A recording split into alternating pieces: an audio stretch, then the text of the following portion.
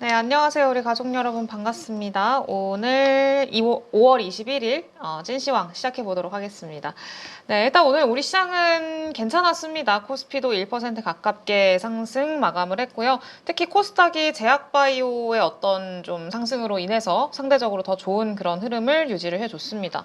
오늘은 외국인들이 그래도 양시장 다 매수 들어와 줬고 선물 쪽에서도 매수가 들어왔는데 일단 오늘 우리 시장에 어떤 의미를 좀 부여를 해야 되는 건지 앞으로 우리 시장 대응 전략은 어떻게 짜야 되는 건지 전문가분과 함께 고민해 보도록 하겠습니다. 오늘은 하창봉 대표님 모셨습니다. 안녕하세요. 안녕하십니까. 네, 오늘 시장 좀 어떻게 보셨습니까? 여전히 주식은 매력적이다. 그렇게 생각을 해봤고, 네. 주 초에, 그러니까 주말에 넘어오면서 좀 걱정했던 부분, 미국 시용 등급 강등에 따른 여파가 그래도, 소리 소문 없이 미국 증시가 잘 소화하는 모습. 미국이 그 이슈가 나오고 나서 한 2거래일 정도 장이 열렸거든요. 네. 월요일하고 화요일 날. 근데 거의 다 장 막판에 조금 들어오는 모습이고, 가장 이제 이번 주에 경계하게 봤던 게, 미국의 그 국채 금리가 계속적으로 고공행진을 하느냐 여부였는데, 뭐 보니까 실제적으로 이틀 연속 크게 움직임이 없었고, 또 하나가 이제 특징이, 사실 이제 미국 증시가 좀 불안하면 미국의 성장 테크주 있지 않습니까? 뭐 네. 그런 종목들이 잘 움직이질 않거든요. 근데 이제 종목들 미국 증시 반응하는 걸 보면, 뭐 지금 어젯밤에 이제 D-Wave라는 또 양자 컴퓨팅 관련주가 두 자릿수 이상 상승하는 걸 보면 역시 이제 주식에 대한 어떤 매력도가 좀 높은 걸 좀 볼 수가 있고요. 우리나라 장도 그래요. 오늘 최근에 한 4거래일 동안 조금 갇혀 있었어요. 그래서 저도 주초 전략을 세울 때 이번 주는 약간 쉬지 않을까. 그러니까 조정하고 눌림목은 조금 다른 의미거든요. 눌림이라는 거는 다시 상승하기 위한, 조금 내려가는 건 똑같아요. 주가 지수 기준으로. 근데 이제 눌림이라는 거는 다시 상승하기 위한 눌림목이라고 이야기를 하고, 조정이라는 거는 사실 행보를 의미하거든요. 근데 이거는 이제 말장난 같습니다만은 가장 중요한 게 주가 지수 기준으로 그래도 5일선에 안착하는 여부가 되게 중요했는데, 아직 이 하나를 가지고 휩소가 될 수도 있습니다만은 오늘 종합주가에서 장 초반부터 딱 개장하자마자 한 10분 만에 어느 정도 윤곽이 나왔습니다. 실제적으로 가장 중요한 건 뭐냐 하면 주가 지수인데, 개별 쪽도 마찬가지거든요. 이렇게 음봉이 많은 상태에서 이틀 연속 5일선을 이탈한, 보통 이제 개별주들 종목까지 이렇게 내려가게 되면 아무리 시장에 이제 물론 이제 올라온 힘이 있으니까 강하니까 바로 죽지는 않는데, 시가가 제일 중요한데, 네. 시가가 바로 코스피는 5일선에 출발했었어요. 그러다 보니까 뭐 장 초반부터 외국인도 들어오고, 코스닥은 지금 보면 뭐 알테오젠이 하락세가 조금 멈춘 것 같습니다만 여전히 이제 그 5위 안에 두 개의 또 배터리 기업이 있지 않습니까? 뭐 아무래도 에코프로나 에코프로 BM이 있으니까 그거 빼고 나면 잘 선방했다 볼 수 있고, 그래서 최근에 이제 4월 한 25일 전후부터 외국인들이 주식을 계속 사고 있었어요. 어제는 조금 팔았는데 누적적으로 계산하면 대략 2조 5천억 정도가 됩니다. 그 계산하면 그렇게도 선물은 뭐 어차피 크게 의미는 없어요. 미결제 조금 늘어도. 근데 이렇게 이런 날 주식 사고 옵션 양매도 걸고 주식 선물 사는 날은 거의 다 대부분이 좋게 마감을 하거든요. 그리고 이제 시장 코스피 지수를 보게 되면 이제 우리나라가 정배열입니다. 미국처럼. 그래서 코스피 종목들, 물론 여기에는 이제 방산이라든지 뭐 예를 들어서 조선이나 이런 종목이 많이 있으니까 그럴 수 있는데, 주식은 좀 매력적이라는 포인트를 가고 코스닥은 조금 이제 개별주니까 변동성이 있는데, 요거까지 준비하고 잠깐 보면 한국이 지금 미국을 못 따라가요. 네. 뭐 못 따라간다는 게 표현에 따라 다른데, 뭐 반도체 보시는 분들은 엔비디아 지금 주가라든지 TSMC 주가 보면은 하이닉스가 지금, 물론 다시 하이닉스 많이 오르긴 했어요. 17만 원까지 깼다가 지금 20만 원이면은 대략 주당 3만 원이니까 15% 20% 올랐습니다. 근데 이제 이 자료가 왜 중요하냐면, 그러니까 한국 투자하시는 분들이, 우리도 한국 주식을 하고 있습니다만은 이게 한 24년 동안에 이제 변화인데, 한국의 제조업의 GDP가 국내 및 해외 수요 의존도입니다. 그러니까 쉽게 말해서 해외에 대한 노출도가 될 수가 있겠죠. 2000년까지만 해도 아무래도 일본의 비중이 중국보다 높았어요. 미국은 뭐 부동의 15%를 차지했고, 그 다음에 네. 이제 국내 수요 의존도도 나쁘지 않았어요. 이거는 왜냐하면 제조업 입장에서 놓고 봤을 때 국내 수요가 어느 정도 받침이 됐다는 이야기거든요. 근데 20년이라는 이제 시간이 좀 흐르면서 지금 보게 되면 이제 일본은 알아서 무너진 거예요. 이게 2000년, 일본은 어쨌든 2000년 이후부터 20년 동안 계속 저성장이었기 때문에 일본은 알아서 무너진 거고, 제조업이. 네. 중국이 그 사이를 치고 들어온 거고. 근데 여기서 중요한 거는 제가 중국과 미국, 그럼 요 두 개만 놓고 보면, 예를 들어서 미국과 중국의 뭐 무역 분쟁 이야기 나오면 한국이 제일 많이 발작하는 부분, 뭐 미국의 뭐 또 국채 매도 이야기 나온 부분 그 부분은 우리가 이제 무역 구조 메커니즘에서 알 수가 있고 이것도 되게 중요해요. 한국의 수요 의존도가 스스로 많이 내려가 버린 거거든요. 네. 물론 그걸 이제 기타 국가에서 많이 커버하긴 했습니다만은 실제적으로 해외 수요 의존도가 많이 증가된 것이니까 나쁘게 보면 해외에 대한 불확실성에 대한 노출도가 제일 큰 거고 반대로 지금 4월 초순에 급락을 했다가 한 달 만에 지금 글로벌 증시가 4월 하락분을 다 만회했단 말이죠. 주가지수 기준으로 보면 우리도 지수로 보면 만회를 했어요. 이게 4월 코스피가 2,580 이상이면 근데 이제 우리는 뭐냐면 내수가 약한 흐름이 있는 거죠. 그러니까 그러다 보니까 최근에 시장에서 시장을 좀 바라보면 조선이나 방산이나 원전이나 이런 거는 대부분 수출 모멘텀이고 성장 모멘텀이잖아요. 그러니까 확실한 이들은 가는데 뭐 이래서 어느 정도 내수가 바탕이 되면서 해외 쪽으로 그림을 그리는 뭐 예를 들어서 화학이라든지 건설, 철강, 자동차 이런 쪽은 여전히 부진할 수밖에 없는 게 한국장의 현실이고 예, 그렇게 볼 수가 있겠습니다. 일단 부진할 수밖에 없는 시장이다라고 상대적으로요. 상대적으로. 네. 그래서 결국엔 시장 자체만 봤을 때는 부진한데 결국에는 그 안에서 업종 선별이 되게 중요한 그런 시장이잖아요. 네. 그래서 최근에 계속 그런 흐름들 반복이 되고 있는데 그럼 오늘 시장에서 그래도 특징적으로 보셨던 뭐 종목이나 섹터 어떤 게 있을까요? 네, 제가 뭐 어차피 뭐 우리가 2,500개 종목이 항상 매일 똑같이 상승하고 하락하는 건 아니니까 그건 이제 주식의 습성이고 제가 첫 번째 오늘장 소회를 여전히 주식이 매력적이라고는 단어를 써놨지 않습니까? 네. 근데 그 근거에는 사실 우리나라 장의 주도가 지금 한 달 이상 4월 25일부터 5월 21일 현재 기준 한 달 이상 외국인 순매수가 들어오고 있다는 거예요. 언제 시간이 되실 때 이 순매수 종목과 주가지수를 상대 비교를 해보면 전부 다가 주가지수보다 어느 정도 상위에 있습니다. 그러니까 지수보다 위에 있는 종목인데 어쨌든 하이닉스가 이제 가장 우선에 있는 거고 그러니까 뭐 어떤 하이닉스 빼고 나면 대부분이 외국인들도 쇼커버 성격이 있다 하더라도 원전이나 조선이나 최근에 전력 인프라라든지 방산에 그 길을 놓고 있지 않다는 겁니다. 그리고 최근에 좀 재미났던 게 UBS에서 미국의 향후 하반기 전망할 때 섹터 3개를 좀 긍정적으로 전망한 섹터가 있어요. 그게 뭐였냐? 하나가 파이낸셜, 금융이고 하나가 유틸리티, 하나가 에너지였습니다. 네. 이런 이야기도 한국의 주식시장도 한전 같은 건 유틸리티에 가깝다 볼 수가 있을 것 같고 뭐 예를 들어서 뭐 전력이라든지 이런 거는 또 유틸리티잖아요. 그다음에 한국에도 지금 금융주들은 계속 많이 상승을 해주고 있어요. 금융주는 다른 게 아니라 실제적으로 이제 경기가 회복되는 건 아닌데 금리가 인하된다 하더라도 뭐 비금융 수익, 금융주들이 그 KB금융도 마찬가지고 상반기 때 1분기 실적을 놓고 보게 되면 비금융 수익에서 그래도 꽤 괜찮은 실적을 보였거든요. 그런 관점이기 때문에 일단은 대형주를 보시는 분들이면 그래도 외국인 매수가 들어오는 종목 위주로 계속 다 많이 오른 종목입니다. 여기서 안 오른 종목 거의 없어요. 네. 예, 거의 없죠. 그러니까 지금 가는 종목만 계속 가니까. 네. 그러니까 이제 사실- 거꾸로 말씀드리면 네. 이걸 갖고 계신 분들이 있을 수 있잖아요. 그렇죠. 그분들은 이게 내려갈 때 급하게 팔 필요는 없다는 거예요. 또 반대로 그래도 또 많은 투자가분들은 이런 게 있어요. 오늘도 실 것 같은 제가 오늘 좀 어안이 좀 짜였던 게 오늘 조선주가 갑자기 5% 올라버렸거든요. 네. 물론 그 타점을 찾긴 되게 어려워요. 그렇죠. 그러다 보니까 저희도 계속 저 포함해서 많은 분들이 야 실적 시즌 끝나고 나면 이제 조선 방산 좀 늘어지지 않을까 했는데 계속 가거든요. 빠지다 가버리니까 그럼 결과적으로는 굳이 안 간 섹터를 찾을 필요는 없어요. 이거 어떤 의미인지 아시겠죠? 아예 그러니까 투자 전략을 세울 때 물론 뭐 일부 종목마다 조금 그런 것도 있긴 있는데 안 간 건 계속 안 가는 거예요. 네. 예를 들어서 자동차 같은 거 있잖아요.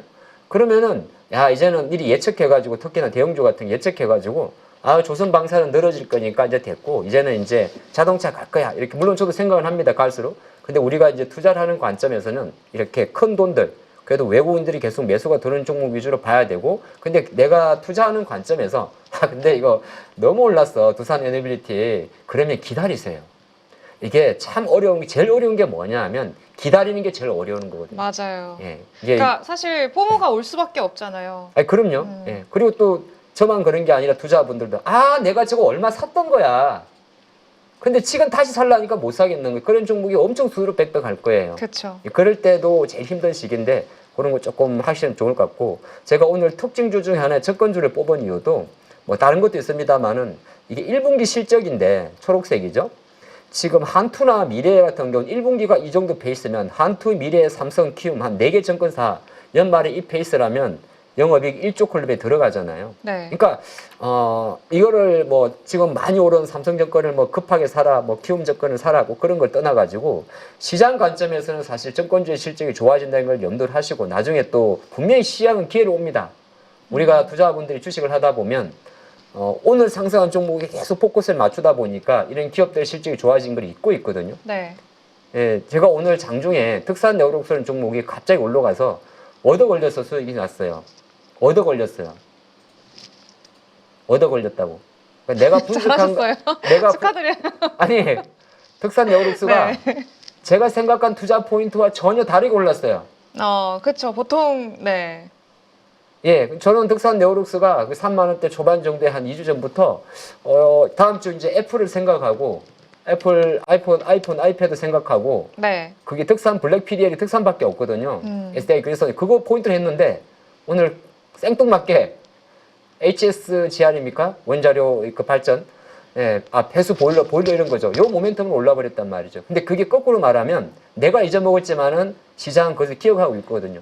증권주는 제가 자꾸 강조드리는 게 제가 한 달 전에 모 매체에서 증권주를 좀 이야기를 드릴 때 네. 우리 투자 마인드가 그런 게 있어요. 증권주는 재미도 없어 하는데 사실 지금이 재미없는 종목이 잘 가요. 그쵸. 예, 그래서 한번 좀 길게 이야기를 한번 드려봤고 조금 더 이어서 할게요. 네. 우주 테마는 단방에 그칠 것 같아요. 이건 연속성이 별로 없을 것 같다. 아니 우주는 뭐 단방이란 말은 못 하겠는데 이거는 테마예요. 네. 그러니까 이게 보면 요거는 실적이고요. 그러니까 실적이란 건 뭐냐면 그냥 추세적으로도 하반기까지 뭐 그래가 이제 나올 수 있는 물론 사이클이 있겠지만 근데 우주 같은 경우는 테마예요. 테마란 건 뭐냐면 실적은 안 나오고 네. 무조건 실적은 나오면 테마가 아니고 실적이 안 나오면 테마고 그런 건 아닌데 연속성에 대한 이야기가 이제 연속성이 계속 있느냐 아니면은 연속성이 단발적인 싸움이거든요.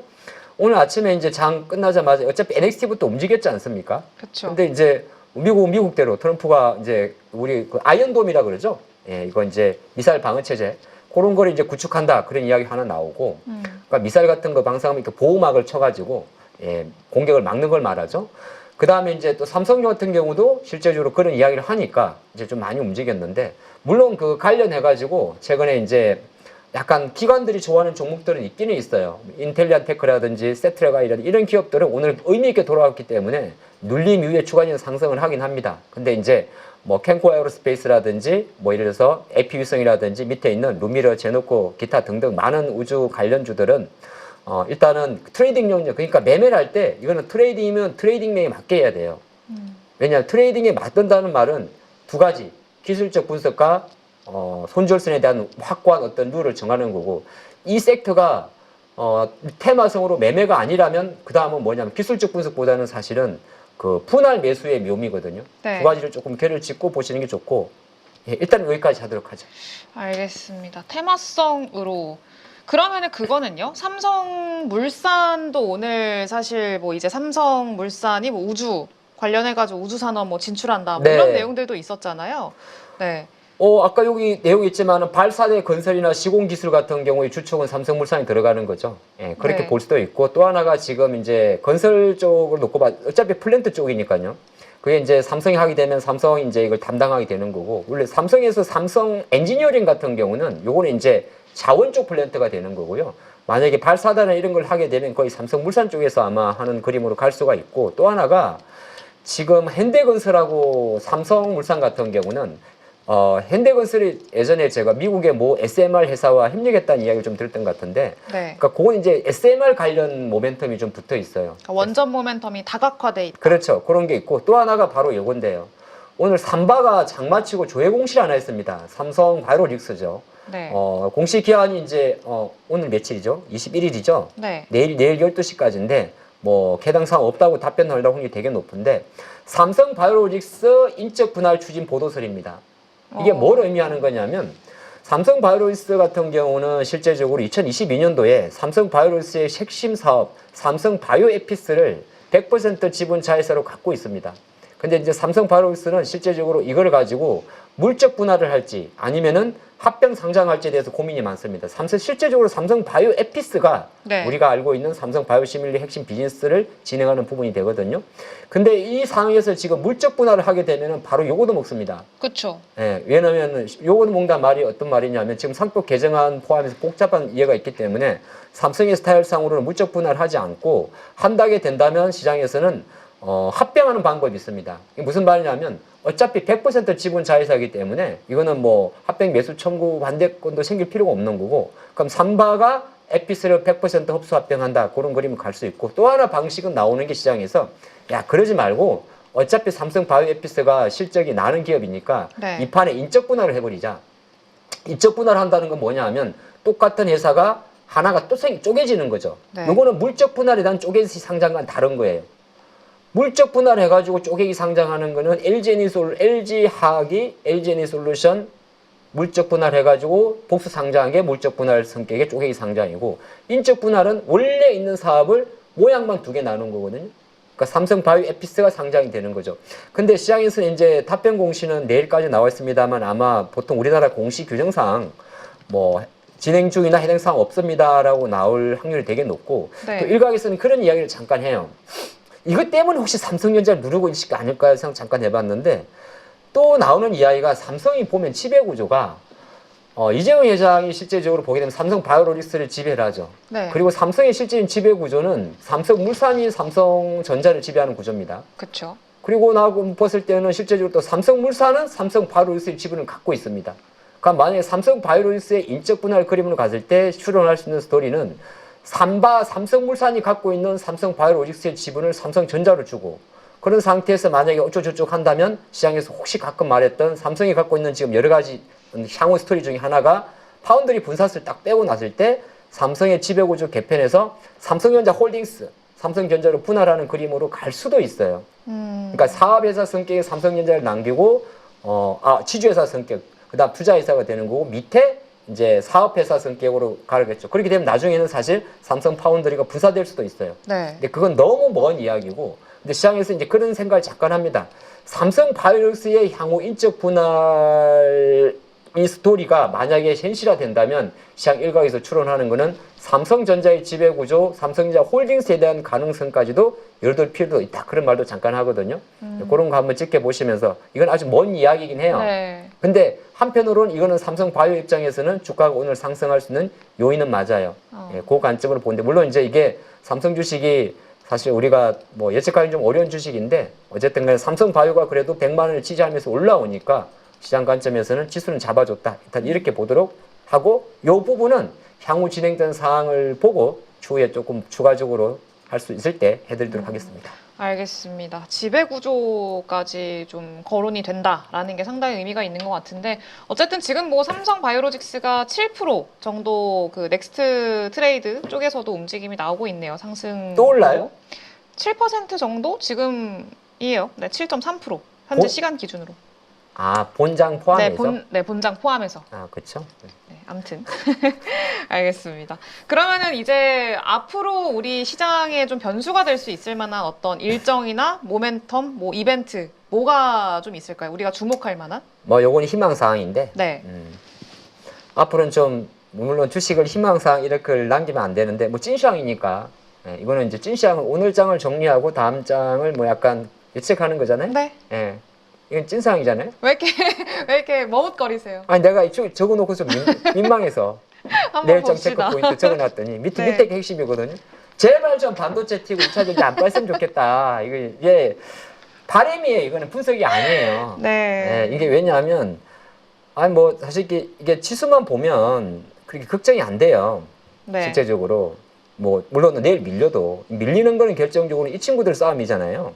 밑에 있는 거. 그렇죠. 그래서 이걸 보고 이제 우리나라 디커플을 하는 건데, 일단은 뭐 이거는 하이닉스가 일단 키를 짚고 있는 거고, 삼성은 아까 말씀드린 대로 만약에 삼성이 실제로 삼바와 연결된다면 지금 주가를 누를 확률이 되게 높은 거거든요. 네. 그런 게 보는 거고, 2차 전지는 오늘까지가 이제 오늘은 조금 반등할 줄 알았는데, 오늘도 조금 악성 수급이 좀 많았던 것 같아요. 공매도라든지 반대매매. 그리고 지금 미국 공화당이 그 강행하는 게 날짜가 21일을 못 박은 게 아니라 제가 알기로는 25일까지 IRA 법안 보조금 축소를 강행하려고 지금 무리수 두고 있는 거거든요. 그 불확실성이 조금 묻혀 있으니까 뭐 시장 관점에서는 그런 섹터가 좀 멈추는지 지켜봐야 되겠다. 그렇게 보고 엔비디아 차트를 남겨둔 이유는 지금 미국의 성장주나 AI의 어떤 흐름 자체는 진행이 된다는 거예요. 네. 그래서 거기서 반도체 종목들 보시는 분들 저도 같이 보고 있습니다. 몇 개 종목도 하는데 생각보다 답답하지만은 어쨌든 바로 밑에인 이 엔비디아의 주가를 열심히 보는 거고. 그래서 이제 원래 이번 주부터 다음 주까지가 제가 지난 이 4월 말 찐시장 할 때 요 자료를 준비를 해왔었거든요. 네. 그래서 그 중에서 이제 지나간 거 빼고 남은 것만 봤는데 아스코는 사실 개별 종목 이슈예요. 예, 물론 세계 3대 암 학회이긴 한데 뭐 참가하는 기업도 있을 거고 개별 기업도 되게 많아요. 아까 보니까 뭐 개별주 중에서 온코닉 테라피틱스 그런 것들이 있긴 있는데 요거는 이제 바이오 학회가 되는 거고 마이크로소프트 빌드 같은 경우는 그래도 약간은 코파일럿 약간 어제는 생성 AI 쪽에 조금 힘을 실어주긴 했어요. 근데 이거는 그리 큰 건 아니에요. 네. 로봇도 지금 보면 한국에서는 거의 지금 나우로보틱스는 사실은 신규주라서 그리 변동성이 좋은 거고요. 오늘 로보티즈 같은 경우는 단기 급등에 따른 차익률 정도가 나온 건데 또 이벤트는 다음에 있어요. 구글 아이오는 오늘부터 미국에서 지금 실제적으로 현지 시간이니까 열리게 되는데 요건 이제 엑스알과 연결되는 섹터인데 아침에 보니까 조그마한 뭐 라운텍 같은 종목들 20% 날아가더라고요. 네. 근데 이거는 왜 그러냐면 구글 아이오는 어디로 연결되냐면 바로 그 애플 WWDC 연결되는 이벤트입니다. 어차피 구글이 플랫폼 쪽이기 때문에 그런 이벤트가 있는데 요거는 이제 현재 진행형이고 안 나온 것 중에서 다음 주를 봤을 때 좀 기대할 만한 게 금통이에요. 이거는 금리가 지금 우리나라가 2.75%포인트인데 지금 지난 4월 금통위에서 거의 5월 말 금리 인하 쪽으로 가닥을 잡고 있거든요. 네. 시장의 기대치는 25bp 인하 쪽에 몰려 있는 걸로 알고 있습니다. 자, 그러면 지금 상황에서 금통위가 금리를 인하하게 되면 거꾸로 놓고 봤을 때 환율은 조금 더 약세를 보이겠죠. 근데 거꾸로 또 한 번만 뒤집어 보면 우리나라 환율이 약세를 보이려고 그러는데 미국의 신용 등급이 강등이 되면서 엔화가 강세예요. 이런 그 지금 타이밍 자체가 나쁘질 않아요. 그래서 거꾸로 놓고 보면 금통의 금리 인하는 미국과의 금리 격차 200베이시스 포인트도 중요할 수 있습니다만은 지금 미국의 달러가 강할 수 없는 상황이기 때문에 오히려 원화를 잡아주는 효과가 되게 됩니다. 그리고 그걸 거꾸로 해석했을 때 금통의 금리 인하는 결정적으로 경기 부양으로 연결되고 이 금통의 금리 인하와 6월 3일 이후에 예상된 대선 이후에 부양 정책으로 연결이 되기 때문에 아마 조금은 우리나라 장이나 외국인들이 주식을 그렇게 팔고 싶지는 않다. 이는 매크로 전망이 되는 거고요. 엔비디아 실적 발표는 과거보다는 임팩이 될지는 않겠지만은 네. 견고한 주가와 이런 걸 본다면 지금 엔비디아 관련해서 움직이고 있는 종목들, 뭐 예를 들어서 하이닉스든 뭐 한미반도체든 이수페타시스든 뭐 이오테크닉슨 이런 기업들은 좀 그래도 버티볼 만하다 그런 거. 코스모 뷰티는 그리 큰 행사는 아니에요. 여기 큰 회사, 큰 화장품은 잘 없어요. 그러니까 우리가 잘 모르는 작은 브랜드 회사들이 이제 박람회도 보시면 좋고 이 옛날에 제가 알기로는 지금 제가 저기서 할 텐데 아마 저기 어디죠? 발산 쪽에 그 서울숲? 그건 아닌데 그건 서울숲이랑 반사는 서울숲은 너무 저쪽. 반대 아니에요? 그죠? 네. 저기 LG 있고 한데 거기 LG 예. 거기 돌아다니고 있는 거. 거기 뭐 큰 숲 같은 거 하나 있는데 공원 같은 거? 네, 이름은 모르겠어요. 죄송합니다. 네. 서울숲은 저쪽 성수동 쪽입니까? 네. 제가 서울 사람인데도 정반대죠. 불구하고 모를 네. 수도 있습니다. 거기가 이제 핫플레이스여가지고. 그러시구나. 네. 네. 자, 그리고 이제 유럽 휴머노이드 로봇 박람회 이제 5월 28일부터 있고요. 대통령 선거를 적어둔 이유는 딴 게 아니라 이거는 이제 금통위와 경기 부양 관련 일정이 됩니다. 그렇게 한번 보시면 좋을 것 같다가 제 생각이고 시장 흐름 잠깐 하고 한번 쉬었다가 다음 주를 하게 되면 똑같은 내용인데 확실히 시장은 관세 관련된 이야기는 내려있고 S 우려는 그냥 맨날 있는 거예요. 그렇죠. 근데 이번에 미국이 실적 시즌에서 그래도 잘 극복했다고 볼 수가 있습니다. 그래서 6월에 정치적 이벤트고 지난주까지 그래서 제가 5월 15일 전후까지는 화장품, 조선, 엔터가 강하지 않을까 했는데 지나고 왔는데도 불구하고 여전히 좀 강하긴 있어요. 아마 그 흐름이 있기 때문에 오늘 제가 장중에 봤더니 아무레포스픽도 조금 다시 자리를 잡더라고요. 그래서 내수주 중에서도 좀 괜찮은 거 보시면 좋겠다 말씀을 드리고 나쁜 거는 약간 디커플링이고 제가 보니까 기관들이 아직까지 장을 되게 부정적으로 보고 있는 것 같아요. 네. 예, 그런 거 한번 조금 염두하시면서 보시면 좋겠습니다. 알겠습니다. 그리고 네. 그러면은 지금 현재 상황에서 관심 있게 보고 계시는 종목 뭐가 있을까요? 네, 뭐 여기 다 한 편을 적어봤는데 여러분들이 추세 추종 매매를 하시고 피라미딩 매수를 하시면서 대형주지만은 뭐 단기를 하시던 분들은 꼭 또 이게 단기일지 또 더 갈지 아무도 모르는 거잖아요. 네. 상위에 있는 뭐 요쪽에서 계속 보십시오. 뭐 방산 주도주 부품. 안에서 지금은 네, 뭐 어쩔 계속 수 없습니다. 물릴 때 물려도 바닥에서 올라오는데 물리는 것보다는 가는데 물리는 게 낫습니다. 네. 그게 이제 어떻게 보게 되면 상투의 사람 말이냐 그렇게 볼 수는 있는데 대신 어떤 특정 이벤트가 있는 종목들은 피하시고요. 하나에어로스페이스는 내일 유상증자 권리락이죠. 뭐 그런 식으로 특정 이벤트가 있는 종목들은 약간 변동성이 좀 클 수가 있으니까 그렇게 보시고 엔터 쪽은 제가 적어놓은 거는 힘은 있는데 제가 생각할 엔터는 지금은 5월 2분기가 엄청 좋은 섹터입니다. 네. 근데 주가가 지금 SM, 하이브, JYP 전부 다 실적이 1분기에 전부 다 서프라이즈가 나오면 주가가 안 밀리거든요. 조금 더 무너지면 사시는 게 좋겠다는 말씀드리겠고 화장품은 내일 아마 달바글로벌 상장이 있죠. 그것 때문에 제가 생각할 때는 조금 달바글로벌 쪽으로 자금이 몰리냐에 따라서 다른 거 생길 수 있는데 네. 일단 화장품 쪽에서는 원래 실적 잘 나온 회사가 뭐 코스맥스, 콜마, 뭐 실리콘토 이런 쪽이었거든요. 근데 그거는 이제 조금 변동성이 좀 크고 조금 대형주를 보신다면 제가 생각할 때는 아모레포스픽 같은 기업들을 조금 보시는 것도 좋지 않나 생각을 해드리겠고 전력 인프라는 지금 계속 하고 있습니다. 차트가 5일선에서 3에서 5% 이상 완벽하게 대량 거래에 동반한 음봉이라든지 2일 연속 음봉이 나오기 전까지 끌고 가는 게 맞다 생각을 하고 내수 우량주는 그냥 적어놓은 게 아니라 여러분 잘 찾아보시면 뭐 여행주도 있고 몇 개 있거든요. 네. 그거 말씀드리겠고 밑에 있는 거는 어차피 매매 영역입니다. 그렇게 말씀드리고 싶습니다. 알겠습니다. 반등 진행, 추세 추종, 이벤트 확실하게 구분을 좀 해주셨네요. 알겠습니다. 네. 그 안에서 한번 좀 우리 시장에서의 대응 전략을 짜봐야 될 것 같고 뭐 일단 지수나 이런 것들은 조금 더 시간은 필요할 것 같긴 하네요. 앞에서 뭐 거시적으로 짚어주시긴 하셨지만 알겠습니다. 네, 오늘 내용 잘 참고해서 시장 잘 이겨내 보도록 하겠습니다. 지금까지 고생해주신 하창봉 대표님 감사합니다. 6월 대선을 앞두고 있는 상황에서 상법 개정이라든지 증시 활성화에 대한 그런 기대감들이 분명히 만들어질 거라고 생각을 하고 있고요. 트럼프가 고관세를 매기는 부분들이 지금 해결이 되어가는 단계잖아요. 금리 인하 시기에 수출하는 나라이기 때문에 외국인들까지 들어오게 된다라고 하면 굉장히 좋은 흐름이 만들어질 수 있다. 증시가 좋아졌을 때 잘 벌고 더 많이 버는 사람들은 준비가 되어 있는 그런 사람들이거든요. 명확하게 어떤 사야 되는 기준, 팔아야 되는 기준, 원칙이 안 잡혀 계신 분들은 자신만의 기준과 원칙, 포인트를 잡아서 매수 매도의 타이밍을 잡는 훈련을 계속 반복을 해보는 거죠. 8주 동안 무려 24번이나 되는 라이브를 통해서 트렌드에 맞게끔 대응을 하실 수 있도록 그러한 훈련을 진행하는 이 부분이 핵심이라고 보시면 될 것 같습니다. 복잡한 이론보다는 시장 흐름을 파악하는 눈과 타이밍을 잡아가는 그런 포인트라고 생각하시면 됩니다.